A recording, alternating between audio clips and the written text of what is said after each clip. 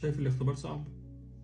طيب تعالى نفترض أنا وأنت فرضية كده إن إحنا عندنا إمكانية نختار الدروس والاختبارات اللي هتقوينا وتغيرنا في حياتنا. الحقيقة إن ده مش هيكون في صالحنا برضو، لأن بضعفنا هنختار اختبارات سهلة نسبيا لنفسنا علشان ما نعنيش فيها، وده مش الهدف منه خالص إننا نعرف قوتنا، لأن الهدف من الاختبار والابتلاء إننا نخرج منه أقوى، إننا نتغير، إن ربنا سبحانه وتعالى يورينا قدراتنا علشان نكتشف إن إحنا نقدر نتحمل حاجات ونكون في مواقف عمرنا ما تخيلنا إن إحنا هنقدر نكون فيها أو نمر بيها.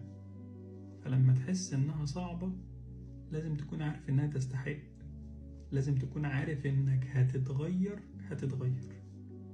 زي ما سيوران كان بيقول: عندما تخرج من العاصفة فلن تكون نفس الشخص الذي دخلها، وهذا هو معنى العاصفة. فلما الحاجة تكون صعبة لازم تتأكد إنك هتتغير، لازم تتأكد إن ربنا سبحانه وتعالى بيهيئك علشان تعرف تتعامل مع اللي جاي.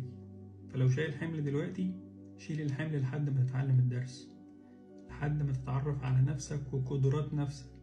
لكن لازم تكون متأكد إن ربنا سبحانه وتعالى مش هيكلفك فوق طاقتك. المهم أنت ما تكلفش نفسك فوق طاقتها، ومهما كان التغيير اللي هيحصل ومهما كانت القوة اللي هتكتشفها في نفسك لازم توصلك للتواضع، لأن ده مراد ربنا سبحانه وتعالى فينا كلنا، لأنه هو الوحيد الذي يغير ولا يتغير، علشان نعرف نتعامل في اللي جاي. فرحب بالاختبار ينتهي، ركز على الدرس، عقليتك نفسها تتغير، وعمرك ما هتشوف الحاجة بنفس المنظور اللي فات. سلام.